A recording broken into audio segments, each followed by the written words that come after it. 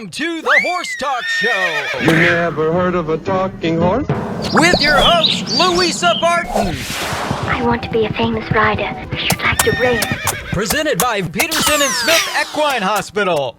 Truth is, I help horses with people problems. Now here's the Brit on the bit, Louisa Barton. Yeah, baby. The Larson family has been farming hay in Idaho for generations with a mission to always provide high-quality hay products at a fair and reasonable price. Larson Hay loves to meet new customers while always honoring the ones they already have. Find Larson Hay on the web at larsonhay.com, like them on Facebook, and definitely visit one of their locations. Larson Hay, Idaho's finest alfalfa, and our television broadcast sponsor.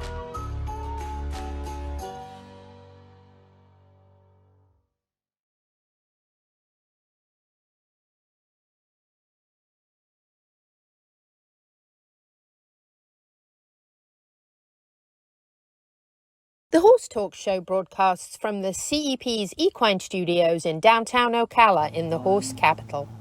Thank you for joining us on the Horse Talk Show this week, presented by Peterson and Smith Equine Hospital and Complete Care. Thank you to Larson Farms, our TV broadcast sponsor, Idaho's finest alfalfa. I'm Louisa Barton, and here in the studio with me, I have a very special guest, Pete Rodda, dancing Pete Rodda. I found out before the show why they call him that, by the way. I wish we'd videoed it. It would have been bloody brilliant, honestly. Got a great show lineup for you. We're actually going to talk to Pete a bit later on about what he does. Got some interesting videos to share with you if you're watching on the telly.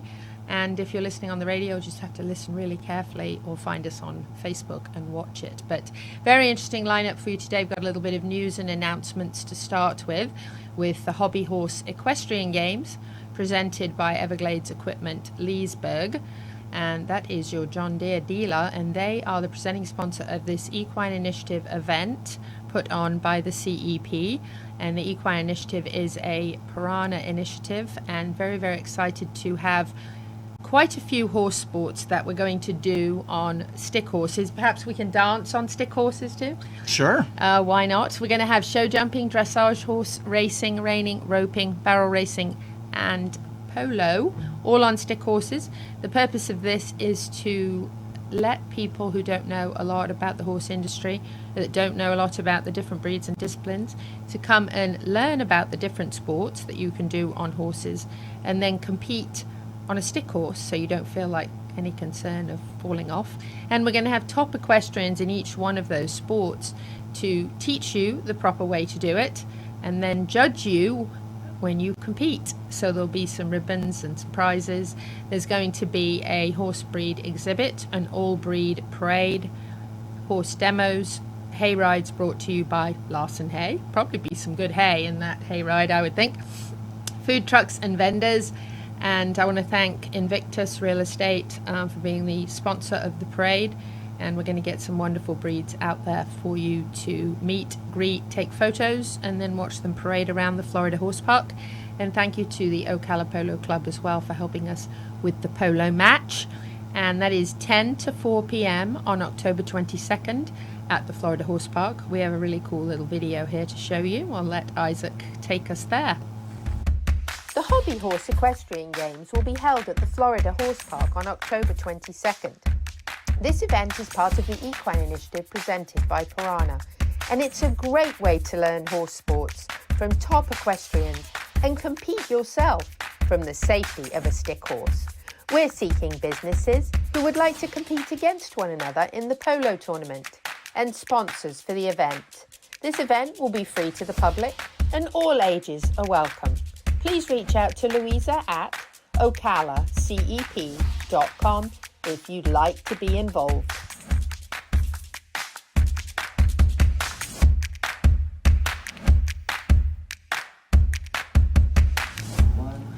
Ocala Polo, great sports. They were helping us out there. I'm going to switch it up a little bit here for the Paso Fino show this weekend. Was absolutely amazing. Yes, exactly. Can you do that dance? Yes, ma'am. Yes, really, really amazing event. I was absolutely thrilled to meet Jose Colon, an absolutely wonderful gentleman that's the president of the Paso Fino Horse Association. And I actually invited the mayor of Ocala, not mayor of Ocala, out to have a little ride. And we have that video here for you. So check this out.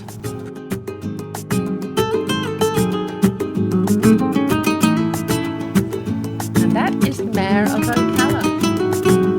Mounted him right up there, and Pepe there, the trainer of Frangelico, who is actually a stallion, and he was the 2021 Youth Pheno champion, and really got a beautiful movement. And of course, the Mare Gwen is not a regular rider. In fact, I got him on his first horse, I think, in 20 years out at the Demericks farm on one of their pony horses, and I don't think he wanted to get back off. He was riding on the track out there with the Demericks, and he just loved the whole experience. So nice to see him try a Paso Fino and really get the feel for that. And Pepe was so great with me. He got me on the sounding board and got in front of me and was showing me what to do, and I think I was grinning like a Cheshire cat. So it's a very, very different experience. It almost looks like you're not covering any ground, but when you're actually doing it, you can really feel it. I mean, it's really amazing. I was grinning from ear to ear, loving every minute of it. So. And for you horse people that have back issues, these things are smooth riding. Oh my gosh, yes they are. Unbelievable. I mean, the feeling is, you think when you see this, you're like, oh, that must be really uncomfortable, but it's just so smooth. I mean, I'm hardly moving at all, and it's just, and I don't know what I'm doing. So, imagine. Don't say that. You look like you're doing it. You're doing it. I'm faking it well. But it was a wonderful, wonderful experience. So, and that horse actually belongs to Jose Colon, who is the president of the Paso Fino Association, and he has another grey later on that actually competes, and Pepe rides, and they come second in the competition they were in. So it was just really cool. And you'll see, I think you see my face at the end here coming off. I think I'm grinning like, I don't think you could wipe that grin off my face. It's like, oh, that was just an amazing experience. So myself and Mare Gwen, and that's Jose. So, and we'll be sharing some videos later on in the last segment of the show itself. So we have some of that coming up. Quick mentions for some events. I think Isaac's got some posters here for us. We've got Ride for the Cure, the 2022 Alzheimer's fundraiser, October 7th, 8th, and 9th at the Shangri-La Trailhead. That is a camp out and a poker ride. Lots of fun if you'd like to trail ride. I know I do. That will be a blast and a wonderful cause and wonderful fundraiser there. And then also coming up in December, we have a perfect event for you, could I say. In fact, you could be the life of the party. Urban Cowboy Night, Stirrups and Strides Therapeutic Riding Center in Citra on December the 3rd. Has the Urban Cowboy Night. You can be a sponsor. You can have a table. You can buy a couple of seats. You can come out, and Dancing Pete will dance with you. Sure. You should be the entertainment. Early bird 4 p.m. The event is 5 to 9 p.m. Country dancing, lots of fun. That'll be under their covered arena out there at the ranch in Citra. And then there's something else fun going on.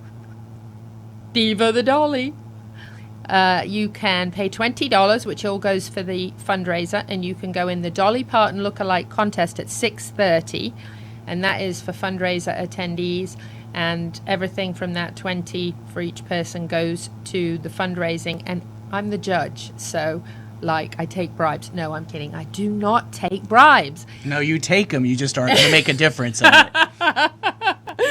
So if you think you can strap yourself into something that gives you a really tiny waist and get yourself a blonde wig, you can probably do this, and it'll be a lot of fun and a good laugh. And a big smile, right? Big smile. Huge, big white smile, yes. And compete in the Dolly. Oh, lip sync. Oh, you've got a lip sync too. Oh, that's good. Oh, that'll be a load of fun.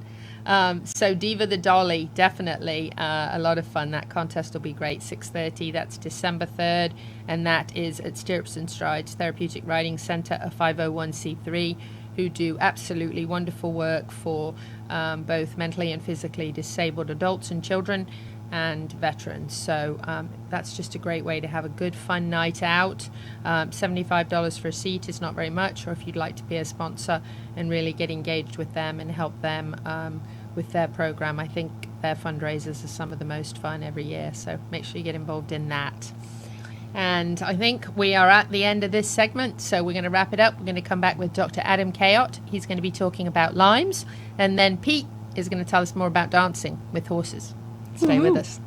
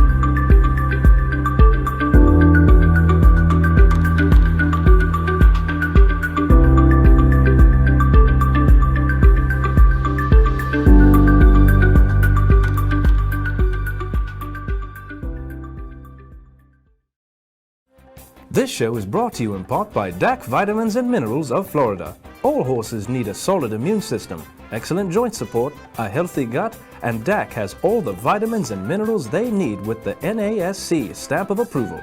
So like them on Facebook now, or go to feeddac.com. DAC, it makes a world of difference.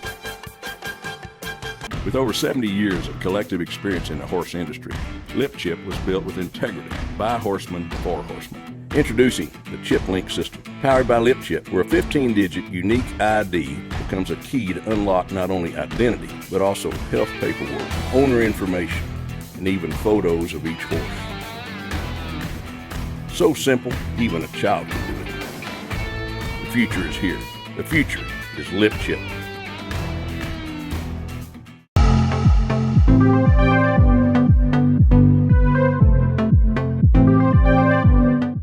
Justine Dutton, Grand Prix show jumper and previously international event rider, coming to you from Notting Hill Stables in Ocala, Florida. Here at Notting Hill Stables, we use Equine Therapy International PEMF Activomed blankets on all of our show jumpers. These help to relax muscles and promote blood flow and circulation. We use the Activomed blanket on a daily basis as well as at competitions. It helps us a lot at competitions, especially before they start jumping.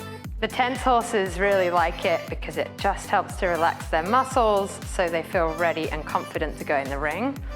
After the horses have jumped, We like to put it on and it really helps with recovery. I would highly recommend Equine Therapy International and all their products for all your therapeutic needs.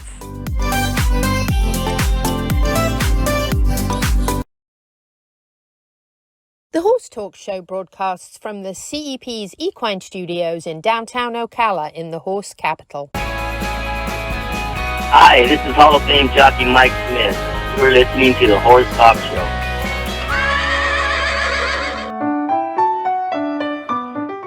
I'm Louisa Barton for the Horse Talk Show here at Peterson and Smith Equine Hospital in complete care for Equus Television on all smart TV networks. We're here with Dr. Adam Cayot, and we're going to talk about a topic we haven't covered before on the show, and that is Lyme's. Obviously, very familiar probably with Lyme's in people, and that can be quite severe, and then the symptoms can be milder, but my understanding is it can come back throughout your life. So I'm going to find out a little bit about how it affects horses. Dr. Cayot, tell us a little bit about Lyme's. First of all, I'm sure that usually it's something horses get from ticks. Yeah, certainly it's carried by specifically the deer tick, which is not your typical tick that you see like on a dog or even that you get on yourself, but obviously people get it, so they obviously get bit by those ticks as well. Ehrlichioristicea is what the bacteria is called. In horses, Lyme's disease is kind of a rule out diagnosis. Okay, it presents in horses in many different ways, from mild muscle soreness to a lameness that is hard to diagnose, or to just a ain't doing right kind of situation with the horse, ADR. And pretty much you rule out all the common things first, and then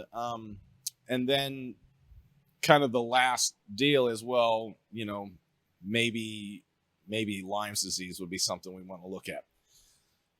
Lyme's disease is real easy to test for. That's the nice thing about it. It's just an easy blood test, and you get a titer level as far as that goes. So as far as diagnosing it, it's pretty easy, but you need to make sure that you rule out all these other things that are more common than that first. Just because the horse has a titer doesn't necessarily mean it has Lyme disease, okay? Because that's just exposure, and certainly there's ranges of, if it's really high, then it's probably more likely Lyme's disease. But even still, if it's lower and you've ruled out all these other problems, it probably warrants treating for Lyme's disease anyway and seeing how the horse responds. So certainly where the horse has been is a big factor in that.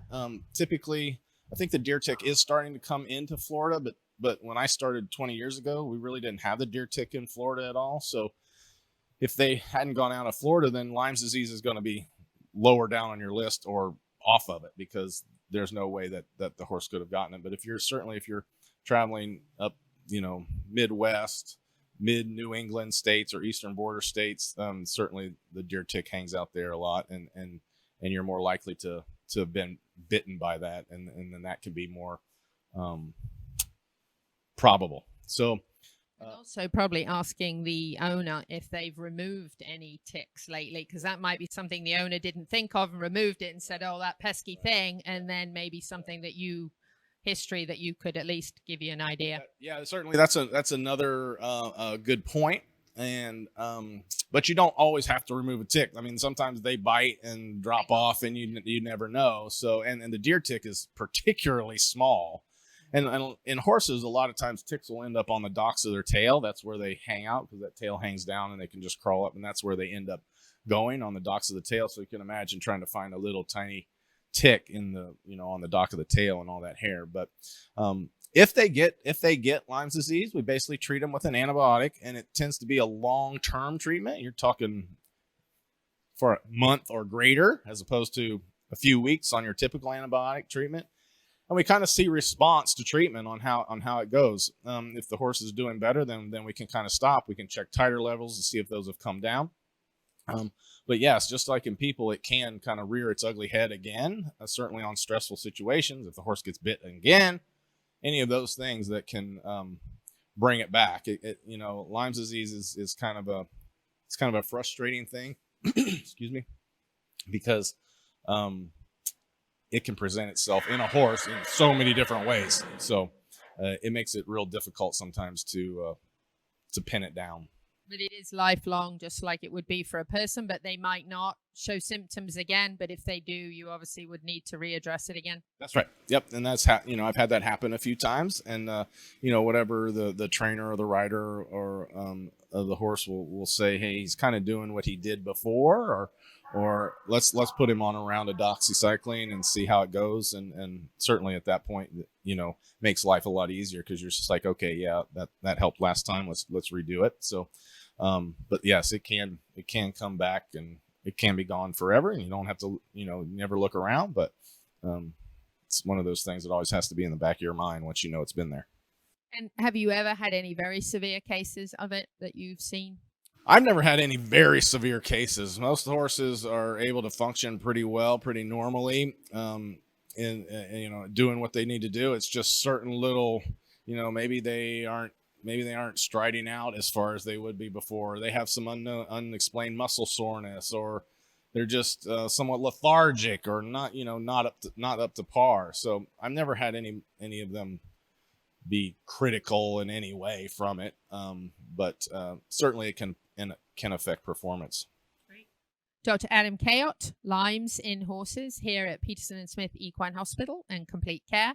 I'm Louisa Barton for the Horse Talk Show. A bit of Lymes, hopefully something that you never have to deal with, and certainly I know for people, several friends that have been diagnosed with Lymes, and terrible thing reoccurs and very problematic. And it sounds like from Dr. Cayot it's not quite as bad for horses as it is for people. So, but not to be taken lightly, and definitely with tick checks, especially if you are out on the trail this time of year, is quite a popular time for ticks to be around. So if you're trail riding and you're going through, some kind of high brush and grass, definitely worth checking your horse over very, very carefully. And also yourself, of course. There is always the tick check of yourself after a that good could get trail interesting. That could be another topic for a show. Just to mention, we didn't talk in the first segment about the upcoming storm. When this airs on Saturday, hopefully it will already have passed through. But for those of you watching on the telly or social media, be prepared. If you are thinking of moving your horses somewhere else, do not wait until the day before or the day of the storm to make sure that your horse will go in a horse trailer. Make sure that if you have one of those semi-retired horses that's maybe been turned out for years and years and hasn't been in a horse trailer, don't try that when the weather starts getting a little bit precarious.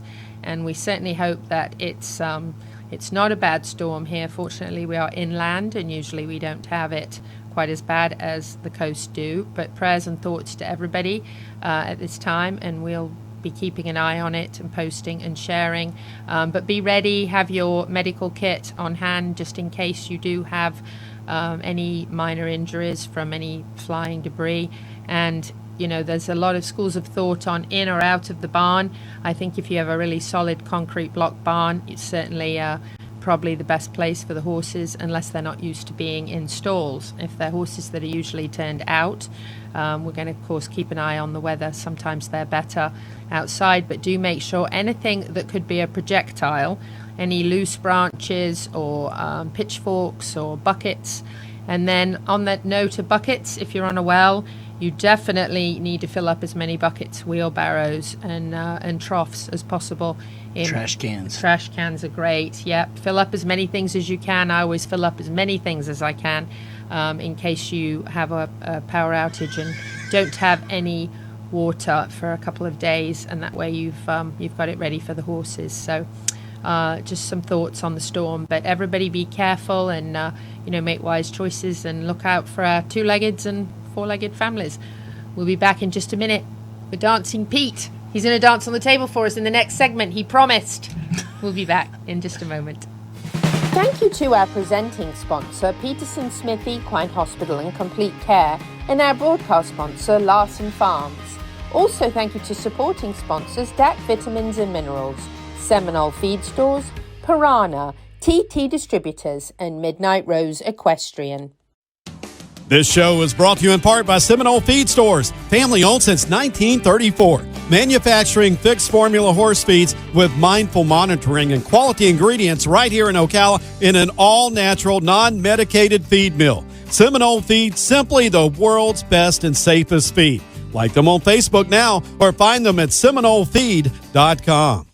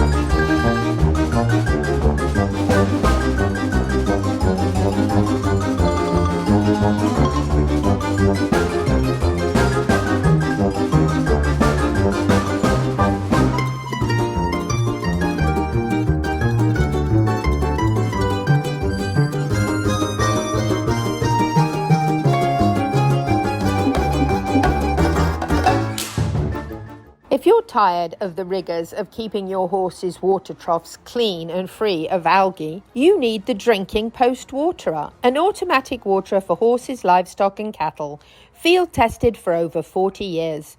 The Drinking Post Waterer is the gold standard of non-electric automatic waterers. Check them out on Facebook or find them on the web at dpwaterer.com.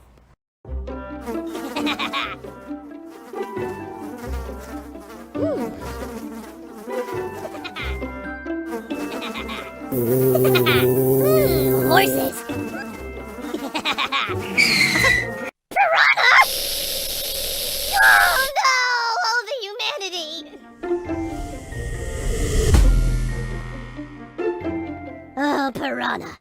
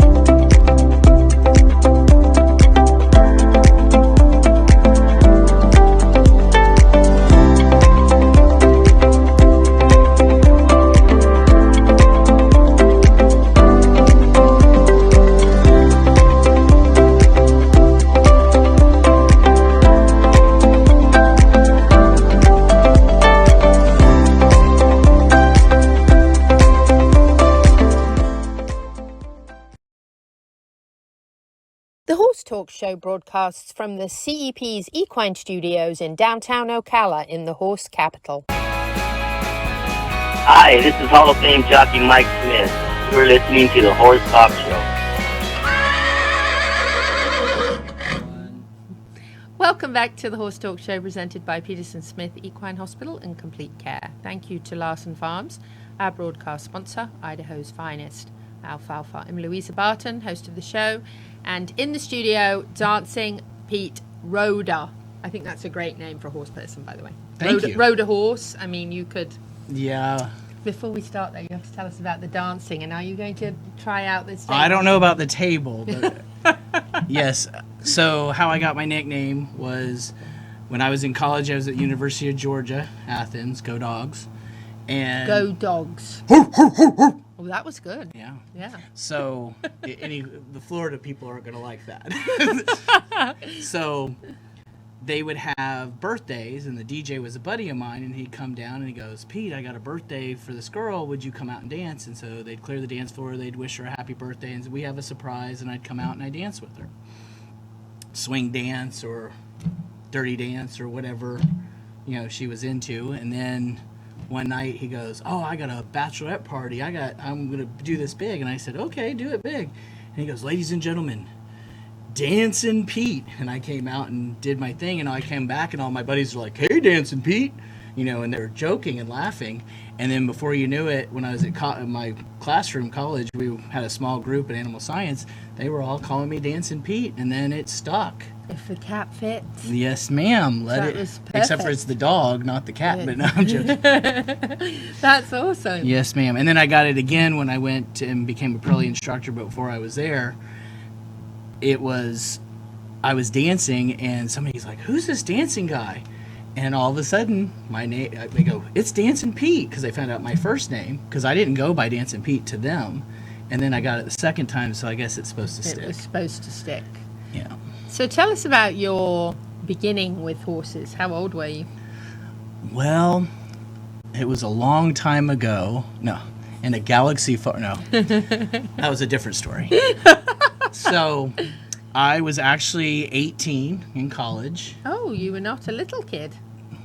Well, I was a little kid at 18, but no. So I wanted to go. Isaac, there's hope. You could be a horseman. There you go. You've got time. I can help you. Isaac is the man behind the.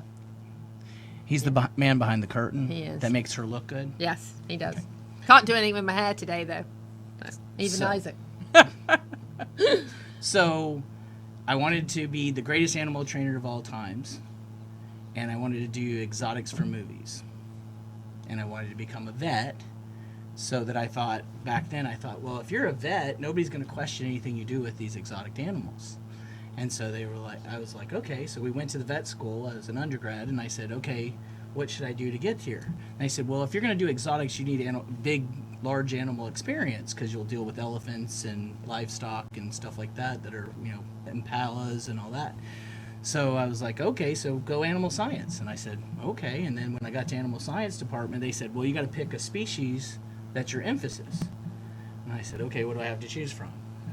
Pigs, cattle, dairy, cattle, and horses. And I said, well, horses is the one you train all the time, so I'll pick horses. So I never was around horses really, other than 2 times before that. So it was in Ireland. We were visiting Ireland, and we got on a horse and we rode around, just in a little arena.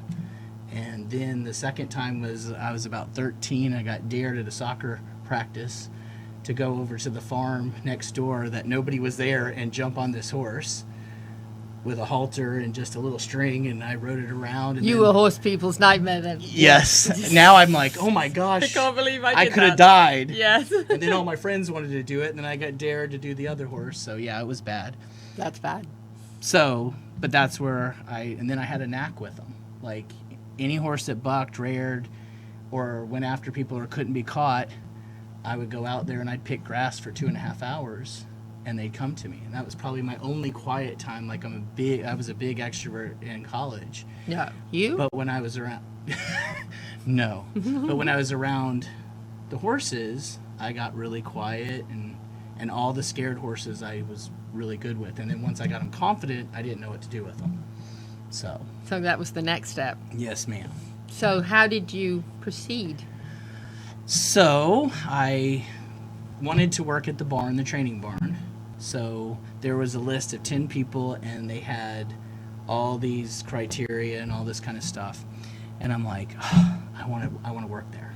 So I went and volunteered for a whole year.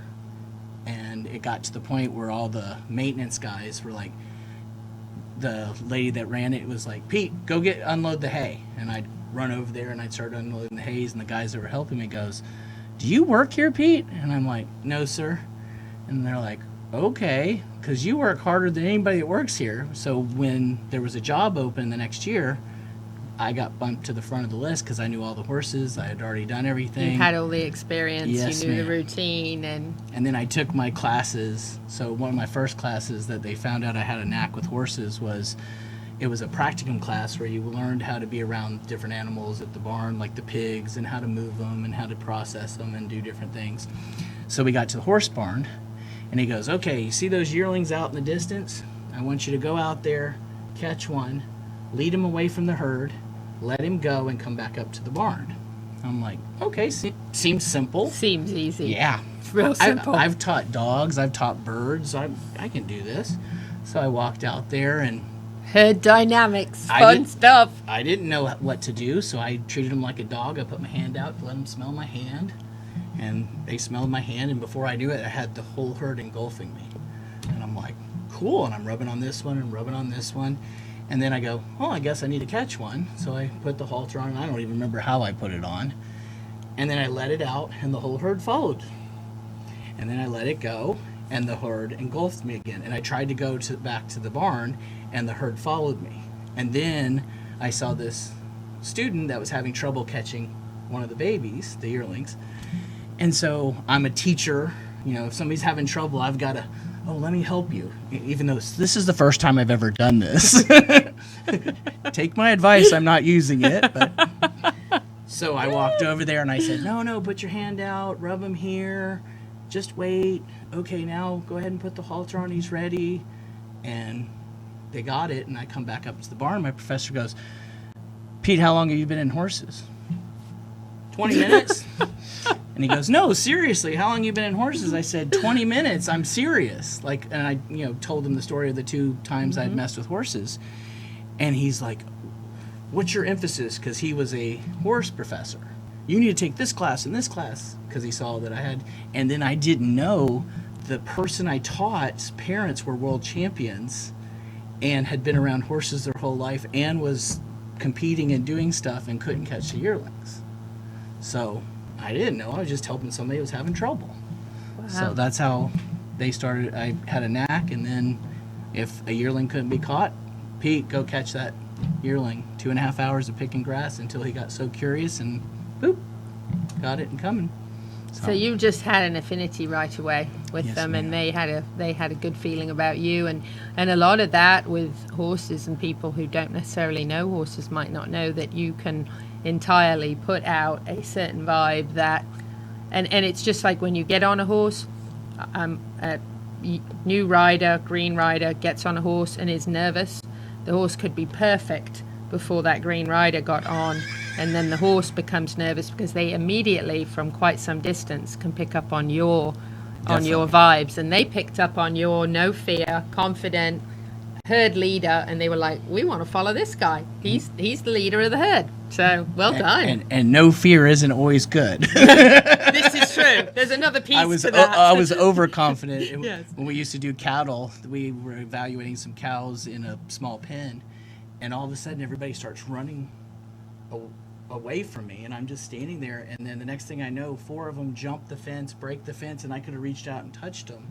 And they're like, Pete, what are you doing? You're crazy. Why'd you stand there? And I'm like, well, I didn't know what was going to happen. Hold that thought. We got the sign. We do. That's the sign. Isaac said, come on. He's roping. He's That's roping it. over here. We'll be back in the second half of the show in just a minute. Stay with us.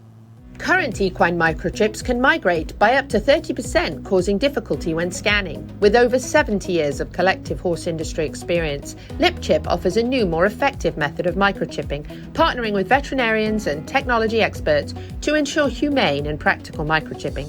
LipChip was built by horsemen for horsemen. Nowadays, the performance horse industry is in need of both integrity and transparency. LipChip is the future of horse microchipping, with cutting-edge technology functional for every discipline. Find LipChip on social media, and for more information, lipchipllc.com. The future is here. The future is LipChip. This show is brought to you in part by DAC Vitamins and Minerals of Florida. All horses need a solid immune system, excellent joint support, a healthy gut, and DAC has all the vitamins and minerals they need with the NASC stamp of approval. So like them on Facebook now, or go to feeddac.com. DAC, it makes a world of difference. World-class equine rehab promoting faster recovery is available at the Equine Performance Centre Ocala. Hyperbaric oxygen therapy, an underwater treadmill, a saltwater spa, an aquapacer, MagnaWave, a vibration plate, swimming pool, massage and laser therapies. With post-surgical care, memberships, packages and BOGOs, EPC delivers a rejuvenated horse through proven and innovative rehab. Like Equine Performance Centre now on Facebook and find them on the web at epcrehab.com.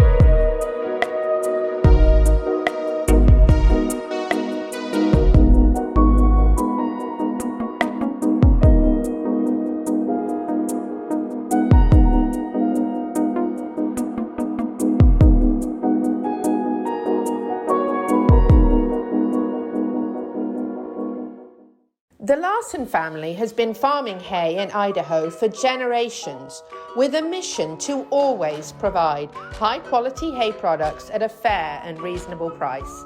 Larson Hay loves to meet new customers while always honoring the ones they already have. Find Larson Hay on the web at larsonhay.com, like them on Facebook, and definitely visit one of their locations. Larson Hay, Idaho's finest alfalfa, and our television broadcast sponsor.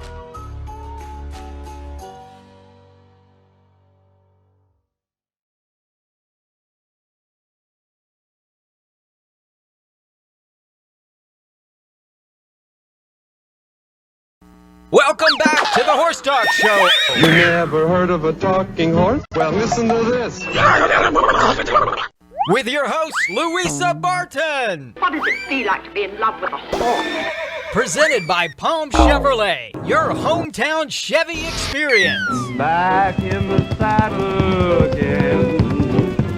Now, here's your pretty Louisa Barton. You're fab. You're switched on. You're a bit of all right. Yes.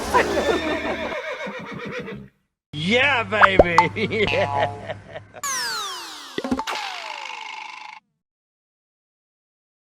The Horse Talk Show broadcasts from the CEP's Equine Studios in downtown Ocala in the horse capital. Welcome to the second half of the Horse Talk Show presented by Palm Chevrolet, your hometown Chevy experience. Thank you to Larson Farms, our TV broadcast sponsor, Idaho's finest alfalfa. Maria, you're missing out this week. She's my co-host. Oh. We're having fun without you. She should have been here. Louisa Barton here, host of the show, and special guest dancing Pete Rodda. Pete Rodda. Dancing. That's so much better. Dancing. So we're talking a little bit about how you got into horses, and I was surprised because so many people that we interview are in horses from before they can even walk, and you got sort of into this at 18 and had an affinity with the horses, and we've got some really cool videos that we're going to share and photos. Isaac's all got that all sorted out over there. So as the videos are airing, please share with us, what's going on. Obviously, sure. You would be talking with the video normally, but we're not going to have that audio, so you can chat to us in here. Yes, ma'am. So you can tell us what's happening. But so right here, I'm explaining the tools I use: the frisbee, the cones. The frisbee. So the frisbee is I started using a frisbee because people would do stuff and they'd walk off their spot, and I'd go, "You got to stand still." So for riding, why won't this horse stand still when I get on? Well, you can't stand on the ground still. So how is he going to stand still when you get on his back? Very good. That's my problem. There you go. And then the cones are your focal cones. So that teaches you to have a focus. So a lot of times I have trainers and the students, and I'll go, "Do you have trouble riding a straight line?" And they're like, "No." And the trainer goes, "Yes." "How did you know that?" I said, "Well, they can't walk a straight line on the ground with the horse. So how are they going to ride a straight line? Because they can't keep their focus." Very good point. And then this video is talking about the playpen of safety. Beautiful horse. Oh, yeah. That's Savannah. She was a horse that wouldn't go for 7 years. They traveled the country. And then the trainer said, "Oh, I can get her to go. I know somebody that can help you." So this is talking about block 1. There's 3 parameters. Stand relaxed on your frisbee with the focus not on your horse, because we focus too much on our horses. Yes. Then we have a bubble, so they can't come in without an invite. Okay?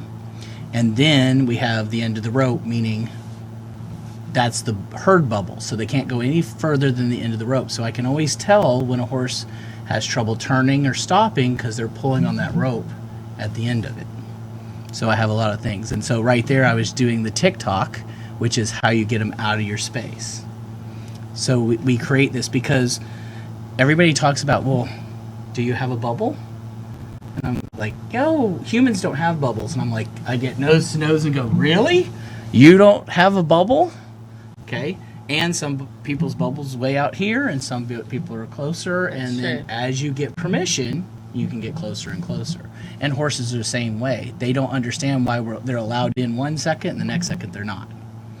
So, and right here I'm doing the power position to teach people so that they don't get pulled off their feet very easily. And I developed the 10 blocks or walk the line because I was sick of putting out fires when I taught. So I said, I'm just going to teach everybody to be firemen. And that's what the 10 blocks is about, is you're learning. We come up with a rough estimate of 154 different concepts that you'll use for the rest of your horse life, doing riding as well as ground stuff with your horse. So the little things, and the horse learns how to go to places. Because a lot of people play tag with a horse. I like to play hot and cold. So when you play hot and cold, what's my goal? Same goal as the follower. If I play tag, my goal is to get you, and your goal is to get away. I don't want my horse to go away from me or go away. Good point. I want them to seek comfort. And when I say cold, does that make you upset? No. Cold.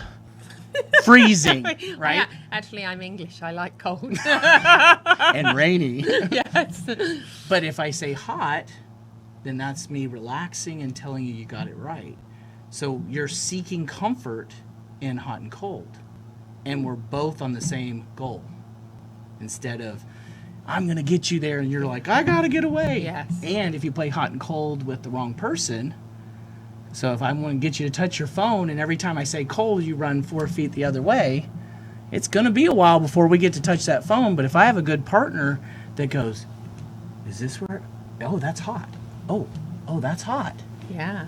That's cold. And then all of a sudden they're searching for the answer. So we're getting them to become puzzle solvers instead of get away from this, do this. Yeah. Very clever. Yes, ma'am. I never heard that described that way, but that makes so much sense. So I think outside the box, and I always tell people, what box? What box? I know you said that. As soon as I said Isaac thinks outside the box, you're like, what box? Oh, okay, I like that answer. That's good. Yes, ma'am. So, do you work a lot with younger horses?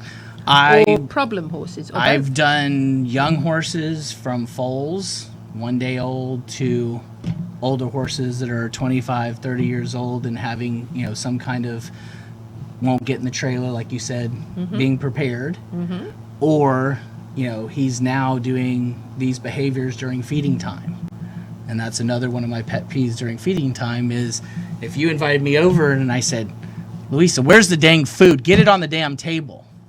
Would you invite me back? Probably not. Yeah. But with our horses, they pin their ears at us and say, give us our damn food. And we go, oh, I'm sorry. Did I do it too slow? Yeah, you're right.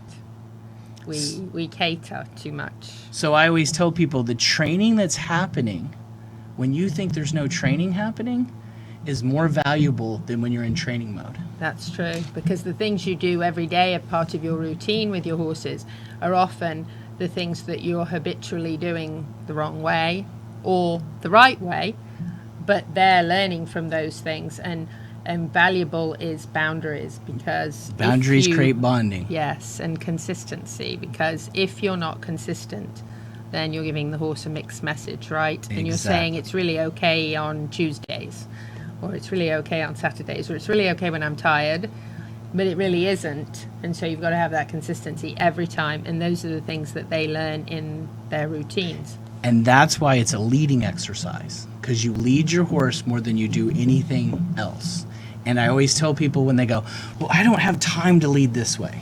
And I said, if I asked you to get on your horse and ride him from the pasture to the barn, tack him up, ride him out, do your thing, come back, take all the tack off, and ride him back out to the pasture, I guarantee you'd pay more attention to what he's doing through that gate and when he's going there. Like if he starts going off here on the left, you're not going to go, okay, let's go there. But when you're leading, oh, where are we going? As long as we make it to the barn, we're okay. And so what are you teaching him? I'm not the leader until it's time to work. Then all of a sudden I'm the leader. You know, it's interesting you say that. You know how many people I know who have fantastic horses to ride, but on the ground, the manners are, they're not there. 2 things I ask everybody when I watch a horse leading. Is that horse look like it's rideable for the average person? So is he calm enough? Is he connected enough? Is he confident enough for the average rider to get on? Can grandma get on? Then the second question is, who's in the leadership position? So if he's in the leadership position, meaning he's in front and he's calling the shots, then what's the argument going to be when we get on? No, I'm in charge. No, I'm in charge. Well, why have that going on? Yeah, absolutely. So, and that's why the groundwork is so important before you ever ride. If you don't have the groundwork right, you shouldn't be getting on, because it's not, you've got to have that, it starts here and it's a continuation, not a, I'm going to be disobedient on the ground, and then when you're on top, I'm all good. yes, ma'am. Right? I've had professionals that were having problems with their horse, and we were training together, and they go, Pete, I'm having trouble with this mare. And I smiled, and she goes, you already know the answer. And I said, yes. I said, you're not leading her, and behind you, you're not calling the shot. She is. So when you get on, she's arguing for the first 10 minutes. We got that again. We talk too much. We'll be back on the Horse Talk Show in just a minute. Stay with us. Thank you to our presenting sponsor, Palm Chevrolet, and broadcast sponsor, Larson Farms. Also, thank you to supporting sponsors, Equine Therapy International, Nirvana Medical Spa, the Equine Performance and Innovative Center, Summit Joint Performance, and Equine. Mark your calendars, September 24th and 25th for the Seminole Stores Customer Appreciation Days. Come on down for great sales and giveaways. The 40 West store will celebrate Saturday from 8 a.m. to 4 p.m. and Sunday from 10 a.m. to 4 p.m.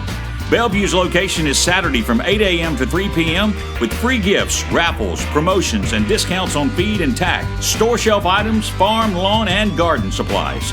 Visit our Seminole Feed Facebook page for more details. See you there. This hour of the Horse Talk Show is presented by Palm Chevrolet in Ocala, where the entire team is committed to making your experience in sales and service hassle-free and easier than ever with no games or gimmicks. Come in and visit on Southwest College Road or online at palmchevrolet.com. A second-to-none experience with all the amenities. Palm Chevy, find new roads. For equine edutainment at its best, join the CEP and Friends at the Florida Horse Park, October 22nd, 10 to 4 p.m. for the Hobby Horse Equestrian Games. Presented by Everglades Equipment Leesburg, your local John Deere dealer. Learn horse sports from the experts and compete from the safety of a stick horse. Enjoy a magnificent parade of horses, the vendor village, food trucks, and more.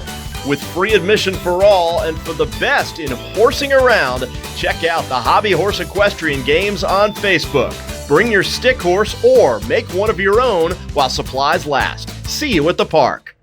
Nirvana, Ocala's premier medical spa, is leading the way in great skin with all the newest in treatment options, offering prejuvenation for younger clients and rejuvenation for all ages.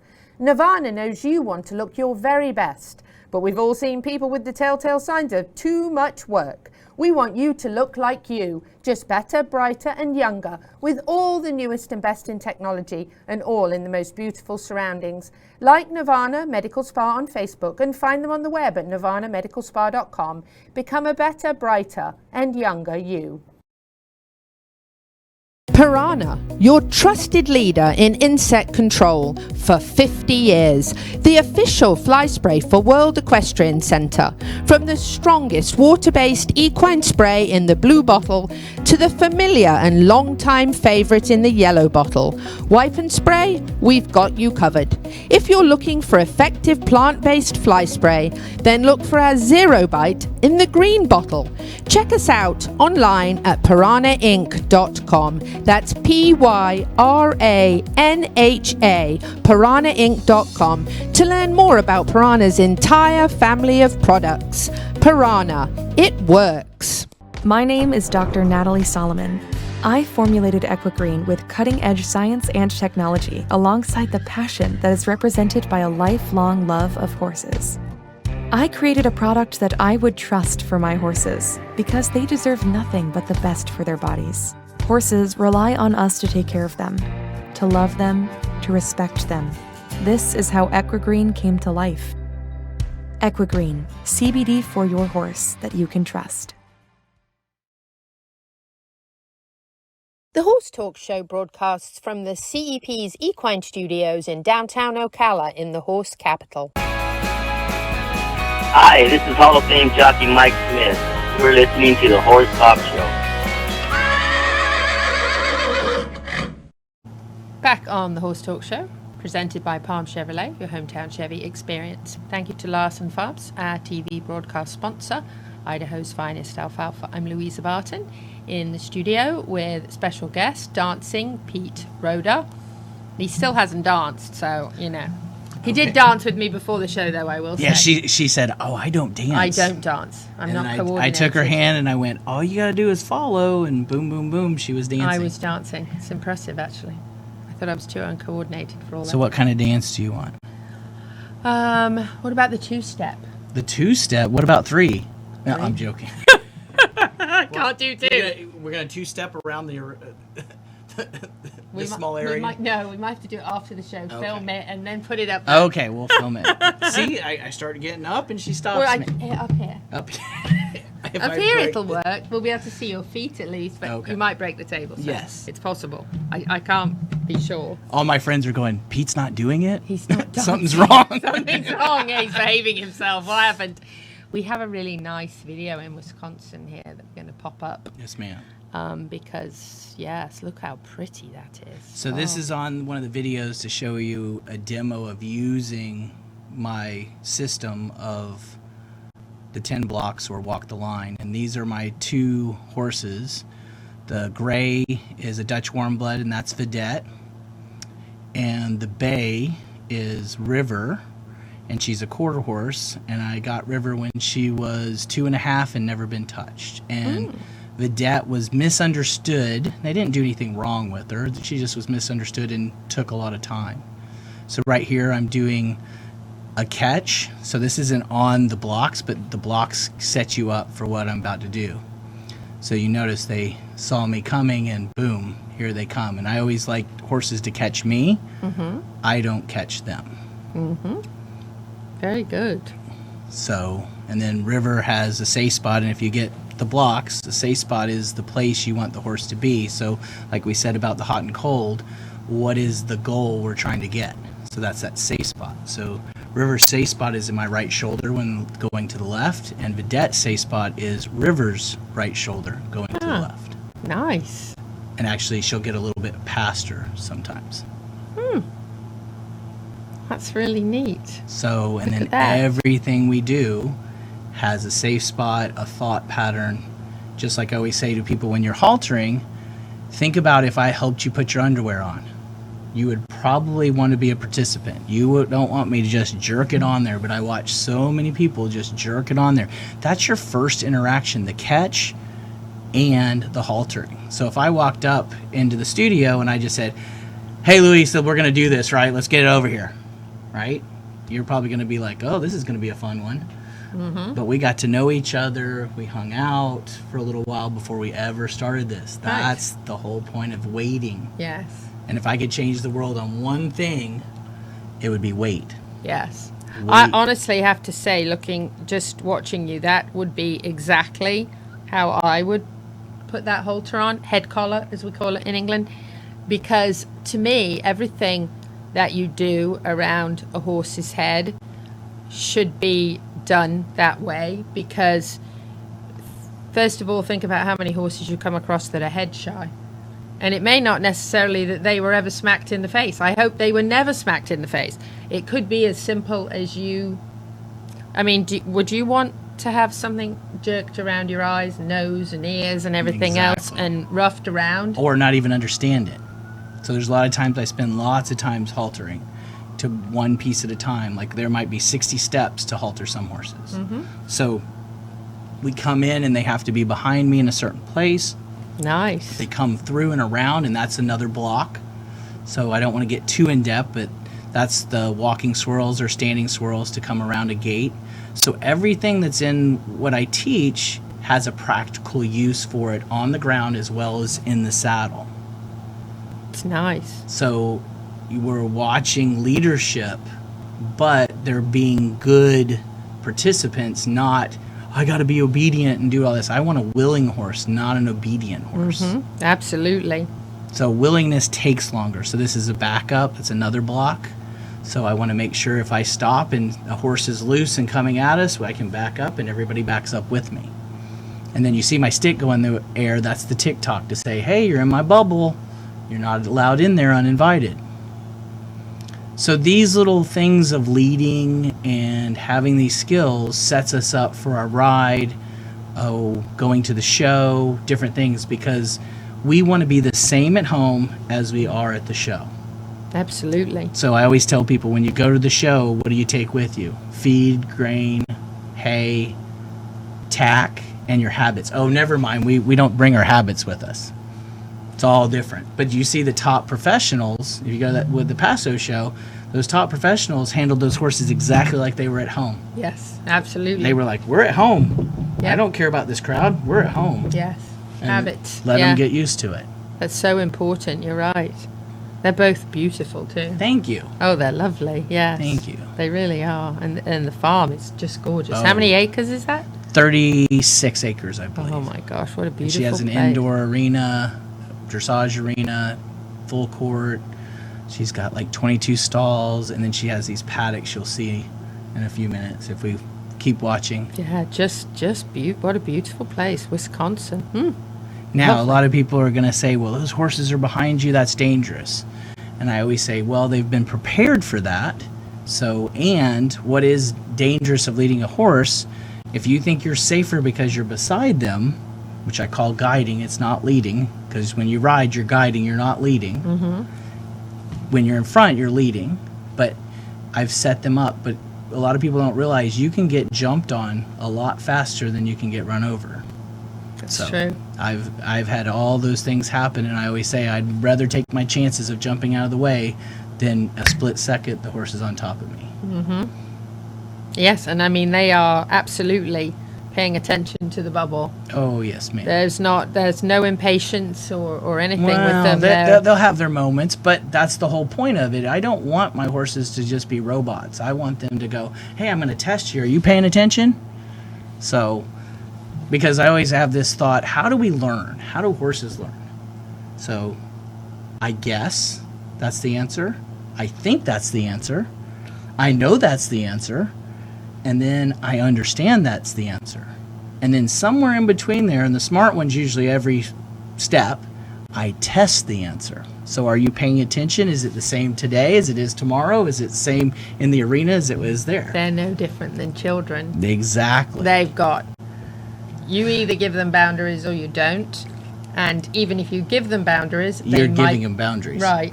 They're going to test it sometimes to see if you're going to be consistent with your boundary. Yes, and ma'am. if you aren't, and they know they can get away with it, then they're going to push it. And then when you get in a show environment, you'll really get the push. Oh, yeah. My parents were strict on, at the dinner table, you have to ask permission to get up.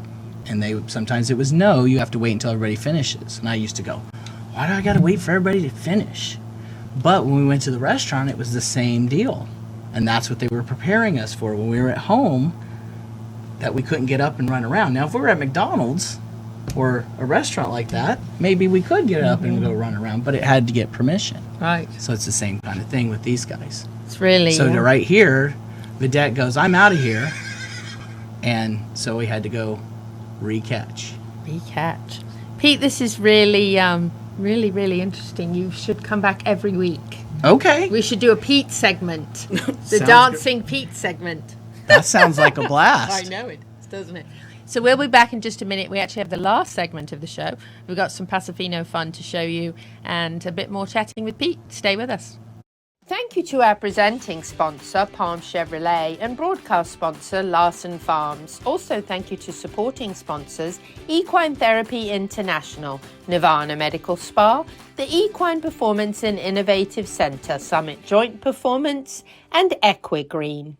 Hi, I'm Alan Davies with Equine Therapy International. Today we're at Engineered Equine Performance, celebrating the new saltwater chilled treadmill. This particular chilled equine saltwater treadmill is a game changer. As you can see, the finest materials are used, the filtration system, coarse, fine filtration, no chemicals. We use UV, ozone, combination of filtration to keep the highest water chemistry standards. Being a saltwater unit, only the finest stainless steel and materials are used. That's important when it comes to longevity and cost of service over the life of the unit. This unit also has integrated massage jets with fine bubbles and coarse air bubbles for the therapy. The control system on this is Siemens industrial grade, top of the line technology, straight from Germany, but also serviceable here in the U.S.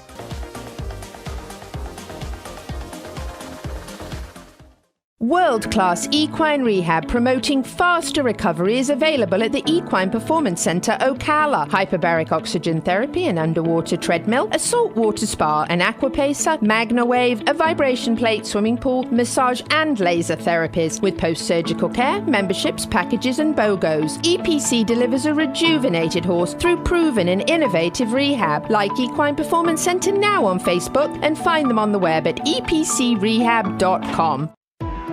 This show was brought to you in part by TT Distributors, dedicated to bringing their customers the largest selection of quality horse supplements, products, and farrier supplies in Florida at affordable prices. Also online at ttdistributors.com.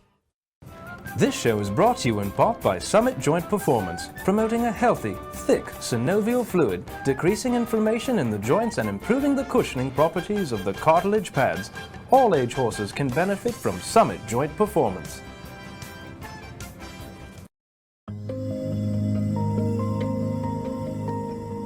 Maria Lacasse of Midnight Rose Equestrian's background is in natural horsemanship and dressage principles, with a main focus on maintaining a balance of communication and correct biomechanics between horse and rider. Come to her farm, or she'll come to yours. Allow Maria to help you and your horse to unwind and balance to increase performance so that you can both be the best you can be together, to build a lifelong partnership of success. Maria Lacasse of Midnight Rose Equestrian is a graduate of the Equine Natural Movement School for Equine Structural Integration and a Florida School of Massage graduate. Find Midnight Rose Equestrian on social media and on the web at midnightroseequestrian.com and book your massage for your horse and you right away. The Horse Talk Show broadcasts from the CEP's Equine Studios in downtown Ocala in the horse capital. Hi, this is Hall of Fame jockey Mike Smith. You're listening to the Horse Talk Show. Back on the last segment of the Horse Talk Show, presented by Palm Chevrolet, your hometown Chevy experience. Thank you to Larson Farms, our TV broadcast sponsor, Idaho's finest alfalfa. I'm Louisa Barton. I have Dancing Pete Rodda here, and we've been talking up some great stuff, sharing some videos with you from training and just really helping you kind of learn a little bit of the basics. So hopefully that was helpful. You can check him out. We actually are going to put up a way that you can go straight to him and find out more. See that? Just put your phone over that. They come right to me from that? That's it. Right there. That is the tunnel. Technology. Yes. That's the There's tunnel. There's going to be a line of people behind me in a second. There will be. Just straight in there. But definitely worth checking out and following your adventures. A lot to learn. I've already picked up some very interesting tips. You should come out. I can show you a lot of stuff. Well, we were talking about that, and perhaps we'll record some little segments for like beginners and put them on the show each week. I think it would be a blast. Or for the advanced. That's the next stage. So we've got some Paso Fino goodies to show you, Isaac. You can pop him up there. That is Mare Kent Gwyn with Frangelico. Beautiful horse. Oh, absolutely gorgeous stallion. Make sure you say mare. Hold on, let me see if I can roll my R's. I've been practicing for 20 years plus. Mayor. Yeah. See why I have to do a funny thing with my mouth to get a R out like that? You don't want to call him a mare. He's a mare. That is a mare and a stallion. Yes. Oh, that's good. We should put that up there on the screen. There you go. Mare and stallion. Just make sure you spell it right. Yes, properly. Lord Mayor. That's what we call them in England, the Lord Mayor. Yes, that is Jose Colon and Kent Gwyn, our mayor, and that is a absolutely gorgeous photo of those two handsome gentlemen. And Jose was so incredibly hospitable and welcomed us and took us in the VIP and took us on a tour of the facility that they have everything set up there and live streaming it and all of that good stuff. And Jose was absolutely wonderful. They ran a brilliant operation there to run that show. They had 1,100 entrants, wow. 450 horses, and I don't even know how many classes. I don't think I ever saw a show with that many classes. And I think Saturday night or maybe Friday night. It went on until about 2 a.m. The show did. Yep. And they were having fun, I guarantee you, all the way to 2 a.m. They were having a blast. And don't you think, I mean, you've been to a lot of shows, don't you think the Paso people are the most inviting to their sport? Without an absolute doubt. I agree totally, because they're like, oh yeah, come see my horse. Yes. Would you like to ride it? Would you like to ride? No, I've never been around professional show people who want you To on be- their horse, check it out, learn about it. And he said to me before I left, he said, I want to fly back in a few weeks and talk to you about how we can get more involved with like the youth in the community and how we can get more plugged in with the CEP and what we can do to, and I said, well, we're working with the schools already to get kids equine education. So, maybe there's some Paso Fino farms here that we can bring those kids. Oh, absolutely. We would love that. And I was just so impressed with, and they've always been that way. The first time I rode a Paso Fino, which was the white one that you saw in the startup, I rode that horse one time, and Ali said to me, you should show her. And I said, show her? Yeah, show her next week at our show. So I did, and I got a ribbon. And they're cool ribbons. All my know. friends that went to it this weekend, they were like, oh my gosh, did you see the ribbons? I said, yeah, they don't play around with ribbons. And this is their 50th anniversary. Yes, ma'am. So it was extra special. That's Georgia Hatton Bennett. She owns Good Apple Equine Consignment, and she is a brilliant British woman and a dear friend of mine. I love her to absolute pieces, and look, she won. Wow. Do you know her mom? I do. Yes. I love her mom. Oh, her mom's Debbie? a lot of fun. Yeah. Oh, yes, ma'am. Yes, she's a blast. So congrats to Georgia. And she said if we took that photo, we had to put it on our Instagram. So we popped it up there right away for her. And there's some little kids, I think, too. We have some little kid pictures and videos of them in the lead line. And look at that. Big smiles. Oh, I know. So lovely to see them. At about 7, they start kind of riding the Paso Finos on their own. But I think 4 to 6 was the age group for the lead line. And they get them to go down the sounding board as well, which is fantastic. And these kids are just grinning like Cheshire cats. They have an absolute blast on these horses. And I saw a lot of the kids together, just enjoying each other's company and talking about their horses and just loving the sport. And I think that's fantastic. I love to see the way they dress them, and I mean they just get them all in their little get-ups and they look fantastic. And they say pound for pound, the Paso Fino is the strongest horse they can handle, and that's why they bred them the way they are, so that they could carry a man in battle with all their stuff and be able to go that far. They say you learn something new every day. Yeah. Look at that. I got to tell Jose he's got to tune in and listen to this guy. He knows his stuff. Oh, he probably knows a little bit more. My favorite one, which I don't know if they did, is they take the glass of wine and they put it on their hats, and they go down and do their gaits, and they don't spill the wine. That to me is the coolest thing. And the neat thing, so what's really neat is the judges. They have 5 judges. The judges judge the horse by the sound on the board, which to me it sounds fantastic, but I wouldn't know what sounds right or wrong. It just all sounds good to me. She's listening to Queen and yeah, it all sounds good to me, but I'm fascinated by the fact that these judges here, you see the judges all standing very professional. It's all very professional. Are actually listening, and this is the Trote e Galope. I think this class is the championship, and you'll see when he turns around and comes back, he changes gait and he does the Galope. And I know very little about this, as you can tell. I'm learning, but it's fascinating, and these horses are incredibly well trained and well mannered, and the fact that you can put little children on them and then they can compete in some of the high level classes is a fantastic testimonial for this breed, who are just so willing. And look at that.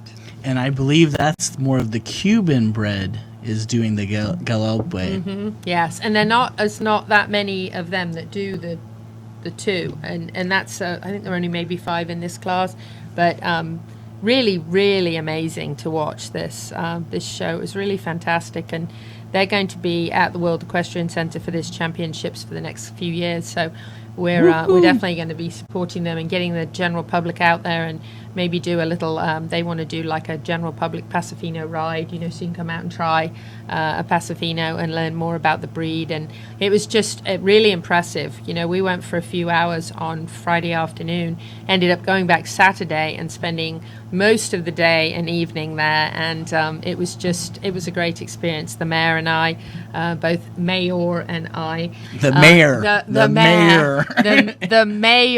and I, both getting a chance to ride. And to think of putting a beginner who's not a regular rider like the Mayor on a stallion, and him being that, is just, it's really, there's a lot to be said for this breed. But you also have to remember, they take pride on how their stallions behave. There's so many times I see people with stallions and I'm like, your stallion's not really behaving.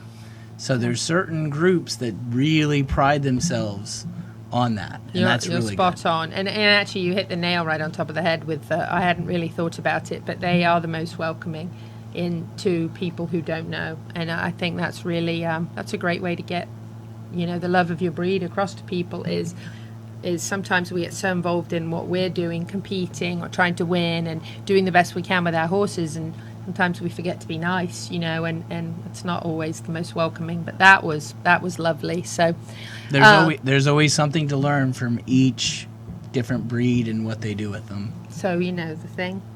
The thing. Can you do the thing? Can I do the thing? Yeah, come on, do the thing. There you go. That was good. That was excellent. That was dancing. I need to get you to do it. I can't do that. No, don't make me do that. What are you doing? Oh, look at her. Twist my arm just a little bit. Yes, see, that's what I did with her. And I said, you can dance. Yeah, I can dance. Look at that. Quick mention for Hobby Horse Equestrian Games before we hear that horse noise, because I feel like it's coming up. Yeah, that noise. Yeah, there it is. There it is. Hobby Horse Equestrian Games, presented by Everglades Equipment, October 22nd at the Florida Horse Park. Make sure you come down, general admission free. Come in and have a good time. You might see him dancing around. Do you have to bring your own? You can bring your own, or you can make one when you get there. Oh, Fun you stuff. can make one. Uh-huh. Wow. Got to wrap it up so I don't get into trouble with Isaac, the man who makes all the miracles happen. No time limits. I know, right? Whether you're in Ocala, Marion County, the horse capital of the world, or not, happy horsing around until the same time next week. And thanks to Dancing Pete. Thank you, guys.